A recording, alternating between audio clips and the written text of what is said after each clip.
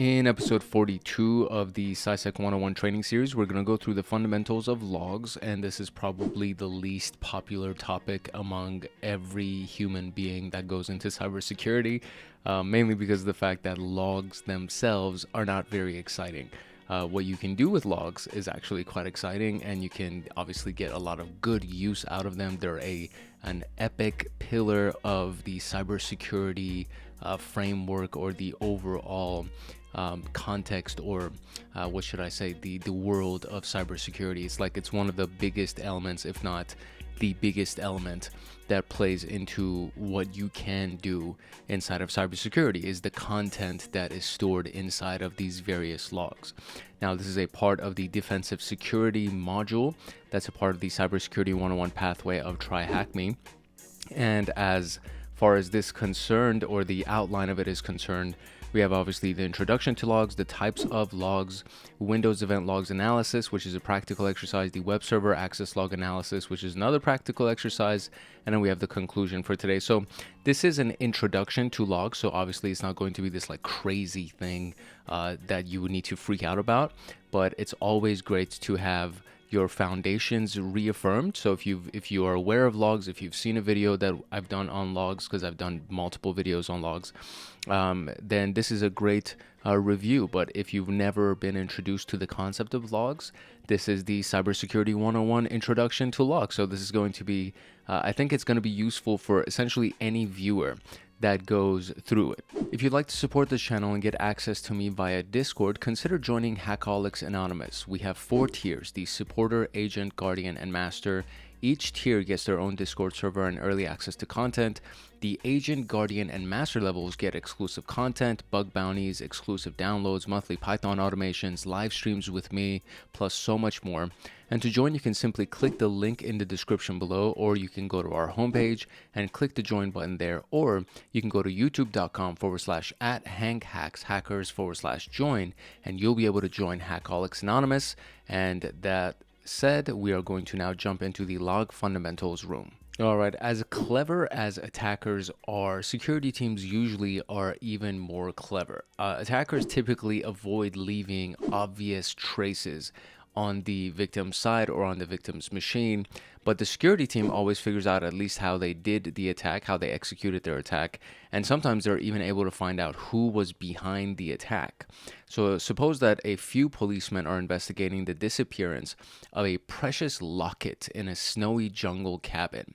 They observed that the wooden door of the cabin was brutally damaged, the ceiling collapsed, there were some footprints on the snowy path to that cabin, and they discovered some CCTV footage, which is cameras essentially, from a neighboring residence. By placing together all of these traces, the police successfully determined who was behind the attack.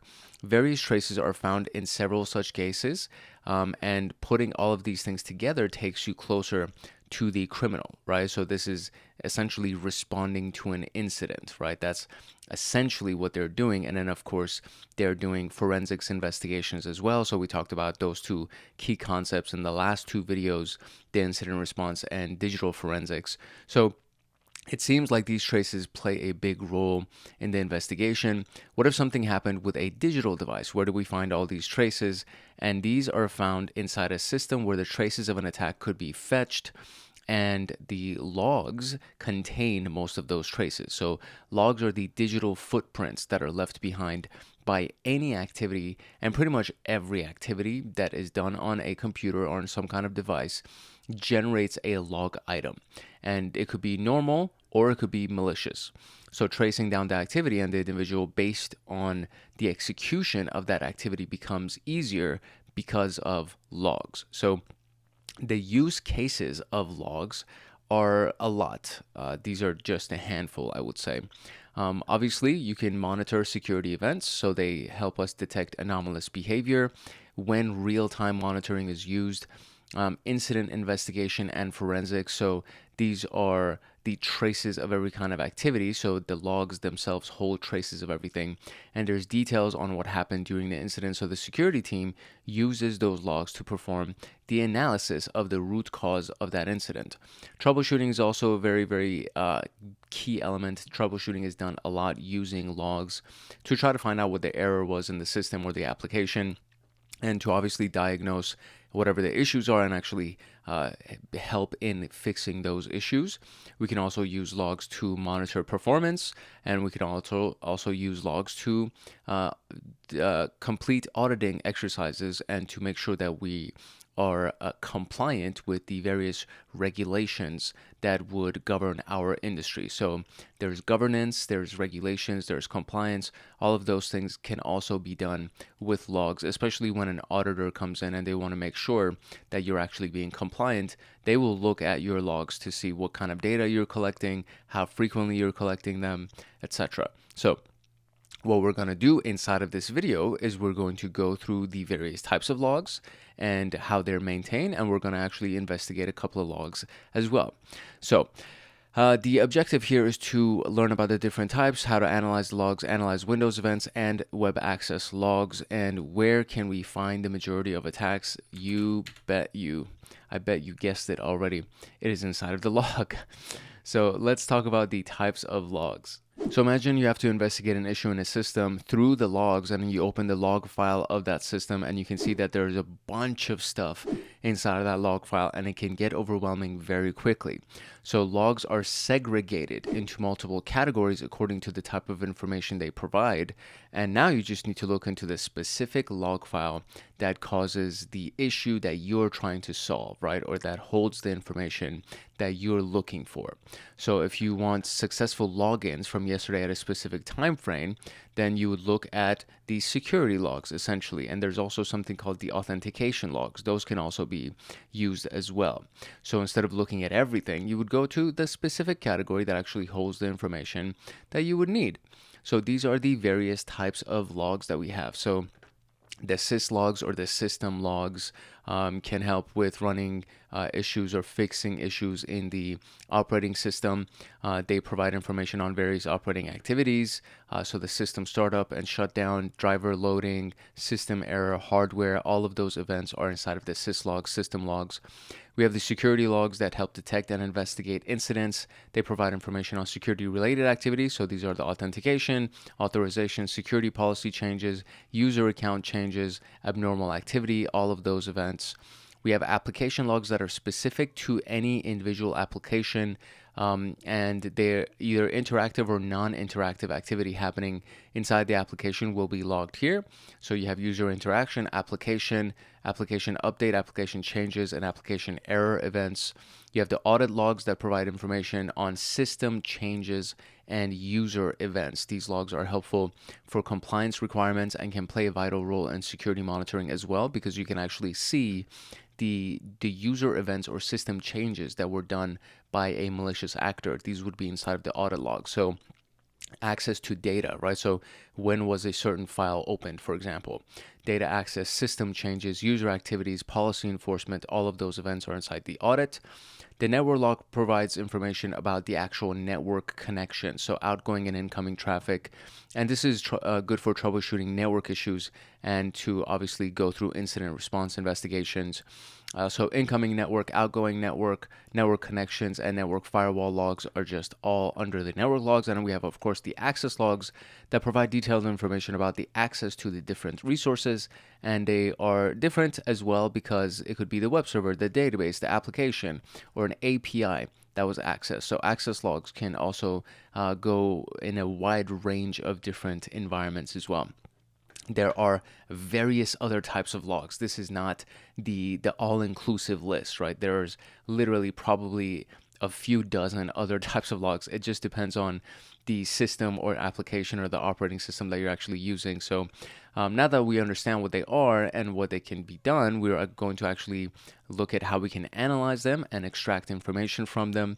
And log analysis is a technique that we would do to, extract the valuable data that we need. So it involves looking for signs of abnormal or unusual activities, searching for specific activity or anomalies in the logs.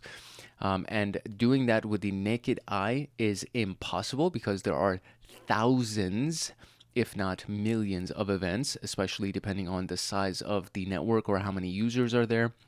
So we have manual and automated techniques for log analysis. The manual techniques would be most likely done through a command line. Automated techniques would be done through some kind of a tool that we would use that is specific to dealing with logs.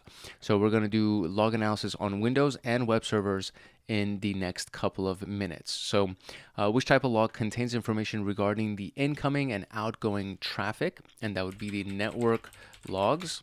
Which type of log contains the authentication and authorization events, and these would be our security logs. And that's it. So let's look at Windows event logs analysis. The Windows operating system is very similar to every other operating system in the sense that there are a lot of different segregated log files that would address different types of activities on a Windows machine. So things like the application logs, where there are many applications running on the system and information related to them is logged into this file, and it includes errors, warnings, compatibility issues, etc. The system logs has to do with the actual operating system itself and the various running operations. Any information related to those is logged in the syslog. Information includes driver issues, hardware issues, system startup and shutdown information, services information, and then we have security, which is the most important log in terms of our purposes, which is cybersecurity, which is this whole channel is about cybersecurity. So it logs all security related activities, including user authentication, changes in user accounts, security policy changes, etc. Now, most of these things are actually handled inside something called the event viewer, right? So obviously we have other log files as well. So I'm not going to just kind of assume that that's the only type. Just always keep in mind that there's other log types unless you're looking at a full list of logs, which is very, very hard to narrow down because it depends on the operating system and the application, etc. So most of the other logs that we looked at in the previous section had no built-in application to view them. Windows, however, is very friendly with this because they actually have an internal application that comes with every Windows installation, and it's called the Event Viewer, and it has a GUI, a graphical user interface, to view and search for anything and filter through them, etc. So we can actually just either search for Event Viewer or click on the startup button and type Event Viewer, and it'll open it up, and this is exactly what it looks like. And then things are narrowed down by events typically. So there's always the description, log name, logged, and an event ID. So the description obviously has the detailed information of the activity. The log name indicates which log file it actually belongs to. The logged is the time of the activity, so when it was logged. And the event ID are the unique identifiers for the specific types of activities. And usually when we're filtering something, we will use event IDs. So 4624 would be the activity of a successful login, right? So if you search for that, then you can narrow down everything to all successful logins. 4625 is the account failed to log in. 4634, account successfully logged off. 4720, account was created. 4724, an attempt was made to reset the account's password. 4722, user account was enabled. 25, account was disabled, and 26, account was deleted. These are very specific to all things cybersecurity. So if somebody created a new account, it could potentially be that somebody got access to our network and now they're creating a new user account to give themselves free reign and allow them to move around in the system, right? So, or they create a user account so that they can come back as a part of persistence so that they can re-log into the system and not have to actually hack us again. They would actually use a credential that they created to come back into the system, right? So these are very, very important elements, and essentially you can go through the chronological order of these, right? So a user account was successfully logged in, or it was failed to logged in. So multiple failed logins would be a brute force attack attempt, and then finally they were able to log in. That means they were successful, and then they finally logged out. But while they were there, they created a new user account, and then they reset the account's password. They enabled the user account, then ultimately disabled and deleted it when they were done doing whatever they needed to do, because they wanted to delete all traces. They wanted to delete their digital tracks, so to speak. So there are literally thousands more event IDs, and it's not necessary to remember them, but it's good to know where to find them. And I always just Google it. Like if I want to find out what the potential event IDs are for a specific log type inside of operating system Windows, then I'll just Google it, and then there will be a list of event IDs. And then based on that, you can kind of narrow down what your investigation would be looking for essentially. So what we do is we do the filter log or filter current log feature so that we can actually apply the event IDs that we want.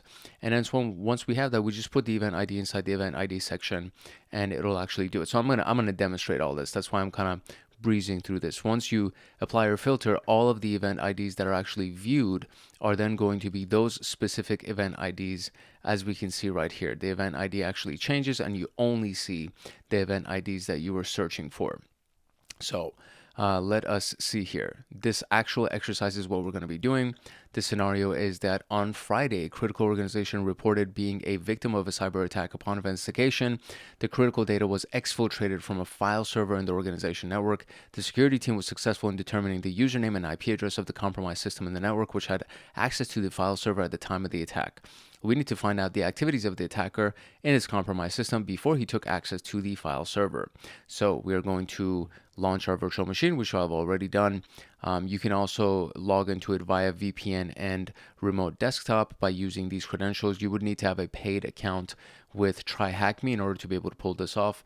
I'm just using my web browser to launch the virtual machine, so I'm not going to be doing the VPN or RDP login, but this is available in case you want to do it. This IP address changes every single time that you start this room and then you start that virtual machine. So this is not going to be an IP address that by the time that you watch this IP address is not going to be up. Even if you have a paid account with TryHackMe, it's just not going to, maybe it will be, but I highly, highly doubt that it'll be up. And if it is up, it's going to be for a different room inside of TryHackMe. So just keep that portion in mind. You need a VPN connection to TryHackMe to be able to remote desktop into it. And then you need your own IP address that's been assigned for this room when you're running it. So that being said, we are going to now answer these questions with our event viewer. So I'm going to try to see if it'll work if I just kind of keep it in split screen. If not, we'll just go full screen with this whole thing. So we're just going to type event viewer, and this is obviously going to be a little bit slow, I imagine. I should probably close all of my other browsers too. Let me close all the other browsers, make sure I'm not using too much bandwidth here. All right, so here we go. Event viewer is officially up. So now, this seems to be a security event. So they had access to the file server. Security team was determining the username and IP address of the compromised system. They haven't given that information to us. So all we have is just the series of questions that are going to lead us through this investigation. There's one hint over here that says the subject details inside the user account creation log is when we actually go through the user account created. So really what we're going to be doing is we're going to be filtering these based on the event IDs that we just saw, because it says, you know, what is the name of the last user account created, which user account created the above account, on what date was that user account enabled, and did this account undergo a password reset as well. So all of those event IDs have been given to us right here. So we are going to most likely be using those specific event IDs. And we need to first go into the section for the security logs. So I'm going to try to zoom in here. And so we have our Windows logs. And when we expand this, we have application, security, setup, system, etc. So we're going to click on security, and it's going to update the middle pane right here. And it's going to show us all of the items, all of the events that are inside of the security log. And total number of events right now is 991 without any filters being applied. So what we're going to do is we're going to go to filter current log, and it's going to open up a new window for us. And then the first question is, what user account that was created on the system, the last one, so meaning the most recent one that was created. So we want to see which user account was created, and that would be 4720. So we're going to go here where it says all event IDs, and we're going to type in 4720. And then we're going to go down here, and we're going to click OK. And then all of those items that we had, the 991 items, have now been narrowed down to 3 items. The number of events are 3. So the last one, the most recent one, they were all done on the same day, but we're going to look for the one that is the most recent, which I would say is 12/56/27 is the most recent date and time. So we open this thing up right here, and then now we need to find the name of the information that was created. So we have the general information, and then we also need to have the actual user information that was created. So let's look at the details and let's see what else we can find here. Okay, so I had to restart Event Viewer because it crashed on me when I tried to look at details. So I think there are some permissions that, or configurations that are not allowing me to do it. So I'm gonna filter this one more time by the event ID of our specific situation, and then we're gonna look at the bottom area right here to try to find that information. So this is the most recent event. We have it clicked on right here. Inside of this area, it gives us a little bit of information, and new account is right there. And it says the account name is also available here. And I think I should be able to see that in the general section as well. So if I just open this up, and if we go over here, user account was created, subject, new account. Yeah, we actually do see that here as well. So the account name is what? Hacked. That's the account name, which obviously is just too obvious as somebody who creates an account. But for the intensive purposes, they want to make it easy for us to notice these things. But it's the account name or the SAM account name. So that would be the answer to the first question. Now it says, which user created the above account? So let's go see what user created the above account. So if we go right here, it says the account name was the administrator that created that above account. So let's see if we can administrator. That is indeed the answer. Excellent. On what date was this user account enabled? So now we want to go and try to find the user account enabled event, which is 47/22 is when that user account was enabled. So we're going to go back to our filter right here, and then we're going to change it from 47/20 to 47/22. And then the events are going to update real quick, and they already did. Okay, so now we want the one where it says when they were enabled, and it's just looking for the date. So I mean, all of these things say 6/7/2024, but we do want to confirm that it's the user account that was indeed enabled.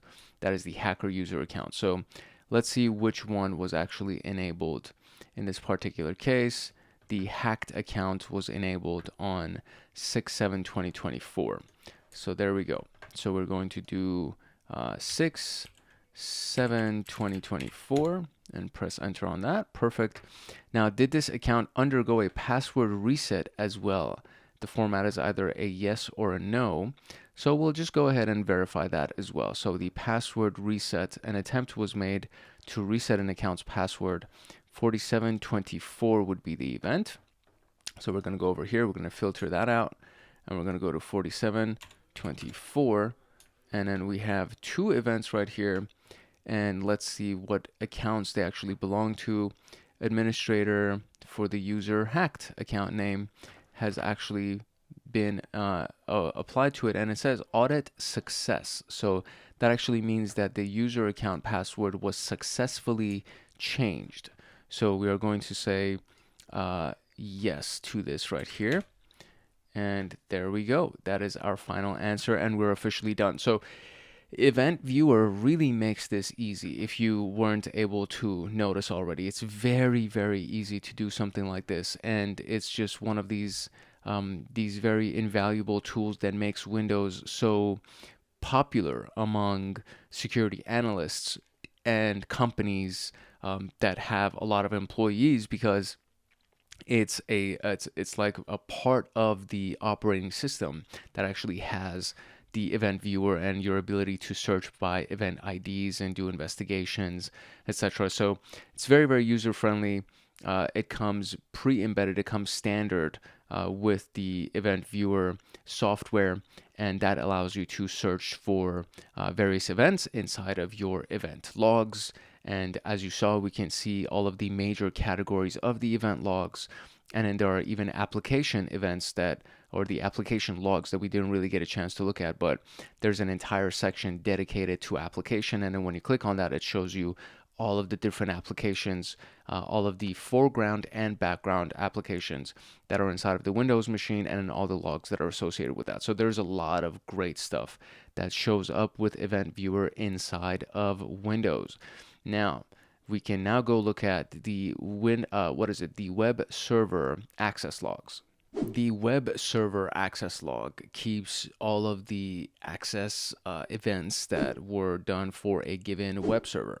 When you want to view a website, or when you want to log in or upload a file into anything, all of these things would be logged in the web server access logs. These are just a few of the requests that are done to a website. And the log file contains all the requests that are made, along with the information on the time, the IP addresses that made the request, the types of requests that they made, the URLs, sometimes the commands, all of those things, right? So these are done for this particular case. This is an Apache web server, so it's going to be the Verilog Apache access log location where it would hold that information. And there's the IP address, right? In this particular case, this is the IP address of the user who made the request to your IP address. There's the actual timestamp, the request that they made. So this was a get HTTP request, meaning they were trying to get information. They were trying to load information from the web server. And then the URL in this particular case, that / represents the root, the index, the base location on the actual web server. If this had, / images, they would be trying to access something from the images directory of the web server, right? So, but the / just represents the root portion of the web server. Oh my God, my accent is like really kicking in. The root portion of the web server.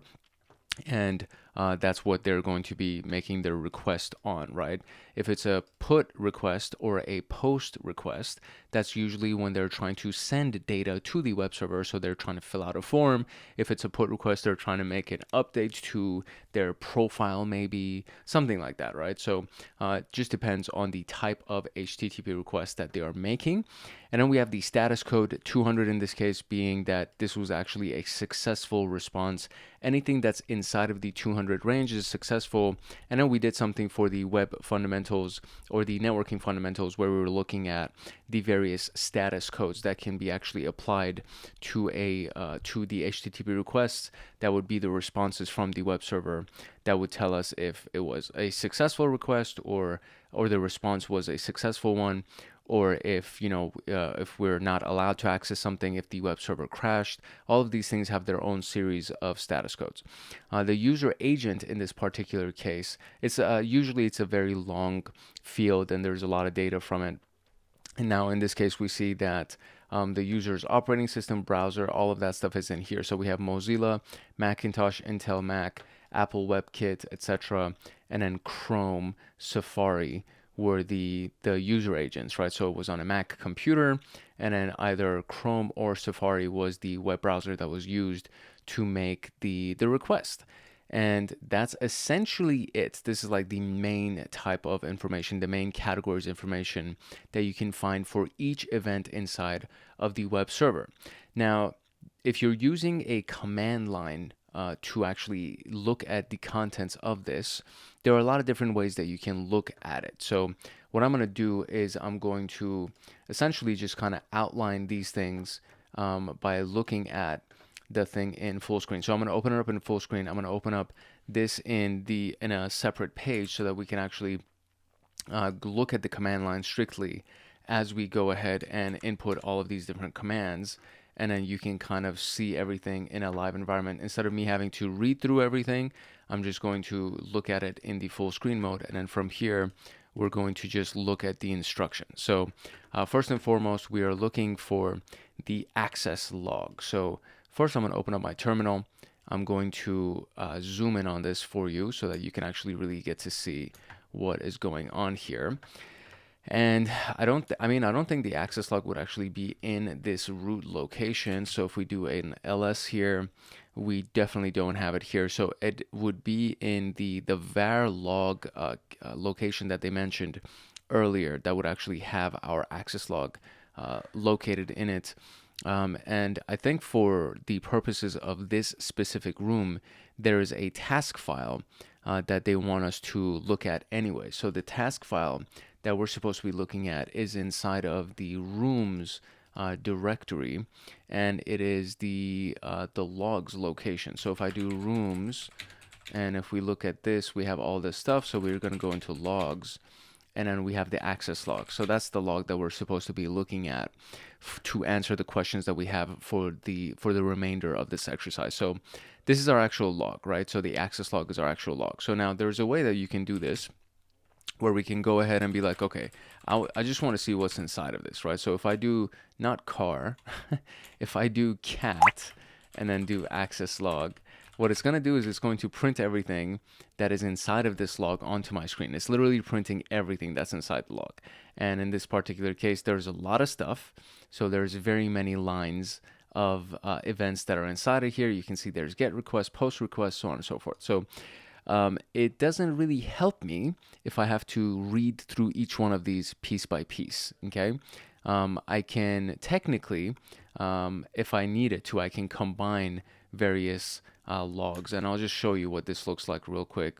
So if you have multiple logs and you want to make sure that all of the events from these two logs are inside the same log file, then you can do cat, which what you just saw, it displays everything for you, right? So if you do cat the log 1 and then cat log 2, and then you use this little forward arrow thing or the greater than symbol, and then you give it a new log name, it'll take the contents of these two, and instead of displaying them onto your screen, it's going to put them inside of this log file. It's going to output the contents of these two inside of this log file. And then when you want to search through all of the events, you can then just search through this instead of having to search through each one of these individually. Okay, so that's what cat does, and that's how you can combine the contents of two log files. Now, what happens is that, again, if you have a lot of events, as you just saw that we do, the thing that we need to do is we need to search through those things. So if we need to search through something, then we need to go ahead and use something called grep. And grep is a very powerful tool. And you can use grep to search for the contents of a given directory, or you can use grep to search through the contents of a file. So let's say I want to see all of the post events, all the events that had a post request inside of my access log. It'll actually show me everything that had a post request, and the output is going to be much shorter than what we saw when we were looking at all of the requests. And it even nicely highlights that, okay, this is where I, for each one of these events, I see that there's a post element inside of the event details, and then now it shows me all of that information. So very, very, very useful. There is another way that we can kind of, condense or maybe shorten the output that we would see so that we can sift and sort through it a little bit easier. And that is done using the less command. So if you want to analyze the chunks of something by just looking at a section and then another section and another section, we can use the less command. And the less command allows us to look at this one page at a time. So you can see at the bottom right here, it still says access log, and then this is essentially one page right here. Right, so I can't scroll up or down, or I guess I couldn't scroll up, but every time that I scroll down, it takes me to the next page, and then it'll take me to, come on, scroll down. There we go. So it'll go one page at a time, and it'll take me through next page. You can also just use the space bar to scroll to the next page instead of scrolling if the scrolling is not reliable. And then every time I press the space bar, it takes me to the next page and the next page. And so it's still the entire log file, okay? So you're still searching through a lot of information. So what we can do in this particular case maybe is we can do something like this. We can do less access log. Or actually, no, that doesn't even make sense. So I could probably do something like this. I can do grep, and I can grep all the post stuff from the access log. And let's see if we can pipe this into the less command to look at it. Yeah, there you go. It worked.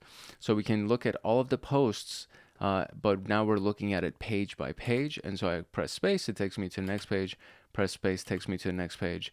And then I'm at the end of the page, or at the end of the output. And now we're done. And then I can just press Q and exit out of that. And that's how we can look at that. There's a lot of different ways that you can search through files. and you can look for patterns of things. There's a lot of like really great ways to actually search for something. And all of that is included inside of the Linux Plus tutorial that I have on the channel, or the kind of like the crash course for becoming a Linux system administrator. All of that stuff is really easily and readily available on this channel. So I'm not here to teach you how to use Linux. I'm here to teach you how to go through log files. And basically everything that we've covered so far is enough for us to be able to answer the questions that we have inside of this task that we have. So after running the less command, there are a few different items that they want to share for us.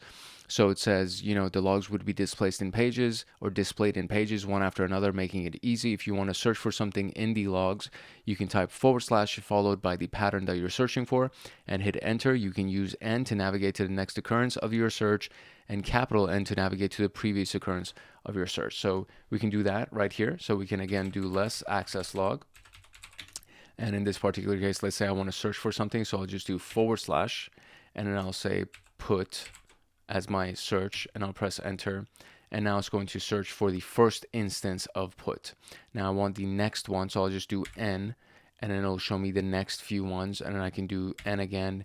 It'll show me the next few ones. Now if I do Shift N, which is a capital N, it'll go back to the previous searches that I found. So that's an easy way that you can search through the results page by page by looking for an individual pattern or a piece of content or something like that. So in this particular case, we are looking for the phrase put, but if I do less access log, let's say, and then from here I want to search for an IP address, so I'd be like 192.168.1.1, press enter, and it'll show me the times that IP address actually shows up. So that IP address has searched or tried to access my web server, trying to pull information from my about page. It's trying to pull information from my products page.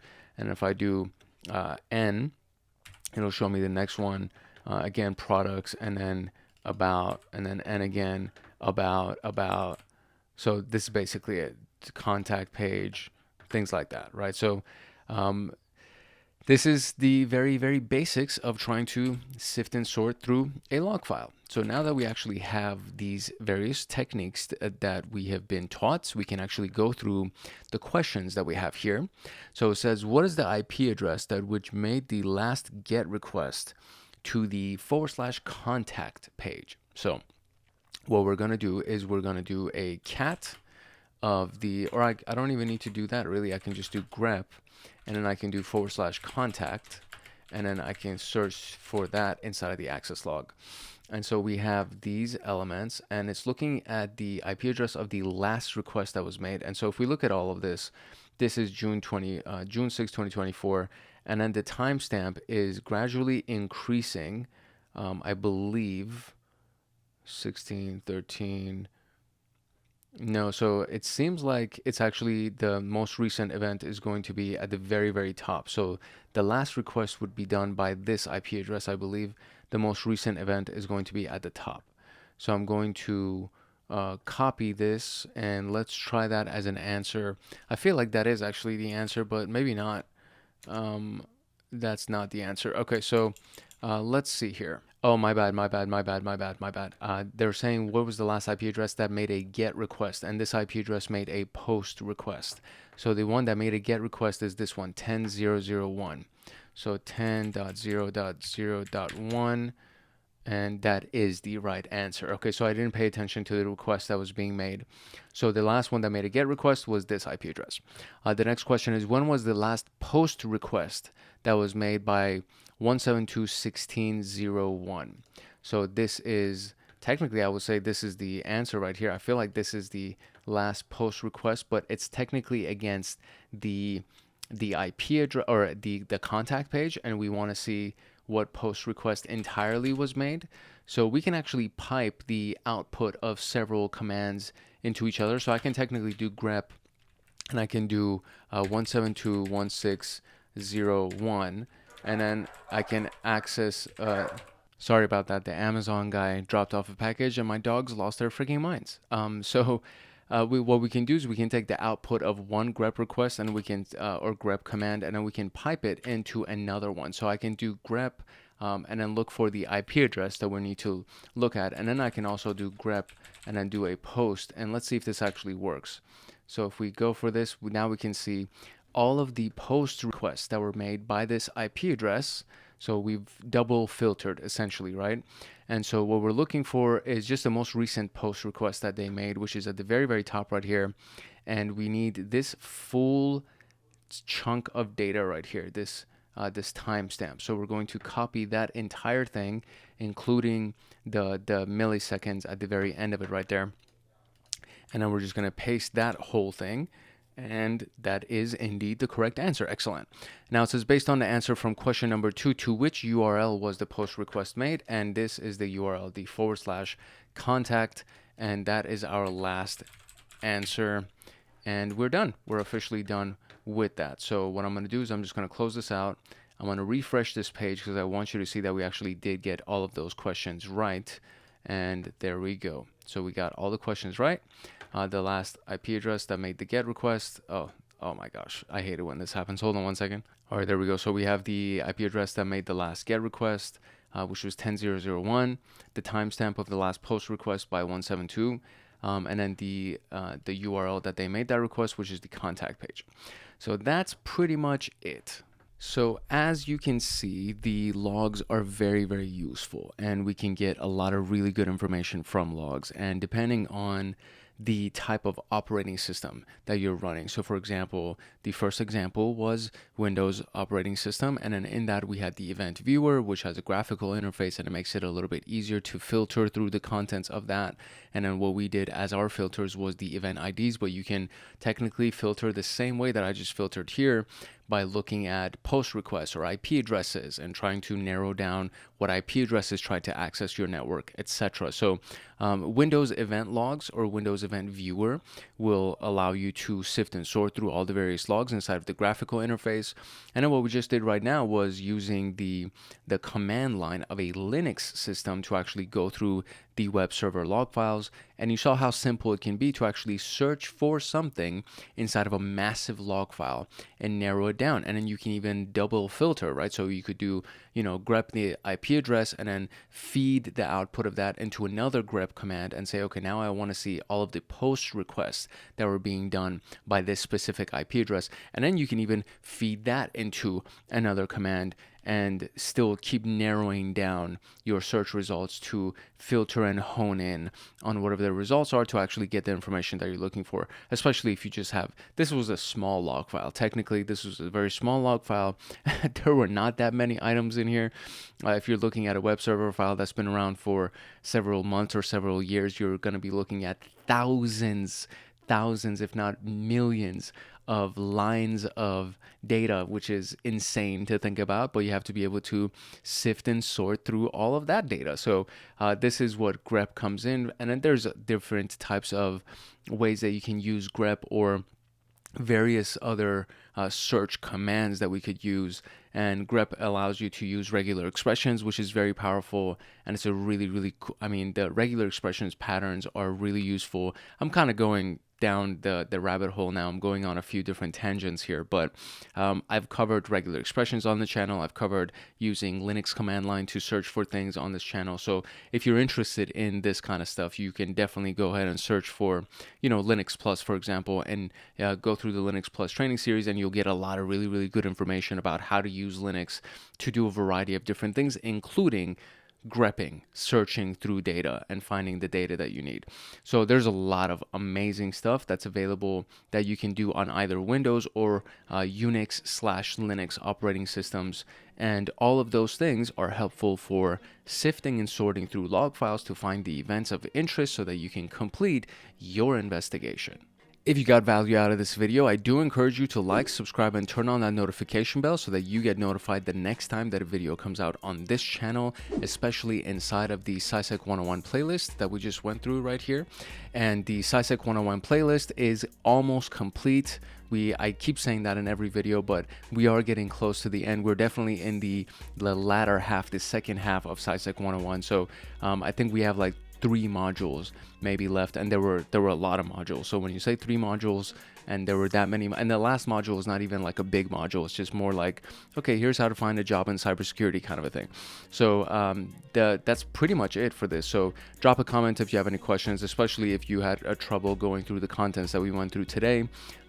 Make sure that you like, subscribe, turn on notification bell so that you get notified when a new video comes out, especially there's Network Plus that's coming out. There's the security training that's going on with the AI integration to actually combine AI API with the API of various security appliances to actually create your own security officers, like your AI security officers or security assistants, so to speak. And all of these things are very, very important, especially as we progress deeper into the age of AI inside of cybersecurity and things like that. So all of these things are very, very important. And again, if you want to stay in tune, right, if you want to actually get notifications of that, make sure that you like, subscribe, and turn on that notification bell so that you get notified the next time that a video comes out. And of course, drop a comment, let me know what's up, let me know if you have any questions. If you'd like to support this channel and get access to me on Discord, consider joining the Hackaholics Anonymous membership community. We have 4 tiers: the supporter, agent, guardian, and master, and each tier gets their own Discord server and early access to content. The agent, guardian, and master levels get exclusive content, bug bounties, exclusive downloads, monthly Python automations, live streams with me, plus so much more. And to join, you can simply click the link in the description below, or you can go to our homepage and click the join button there, or you can go to youtube.com/@HankHacksHackers/join, and you will be able to join Hackaholics Anonymous and get access to me on Discord. I really hope I see you in the Discord chats. If not, I hope I see you in the comments section, and that's it. It's your boy Hank Hackerson at Hank Hacks Hackers, your favorite network and system attacker/protector. Love, peace, and chicken grease. If no one else loves you, Hank loves you, and I'll see you in the next video. Later.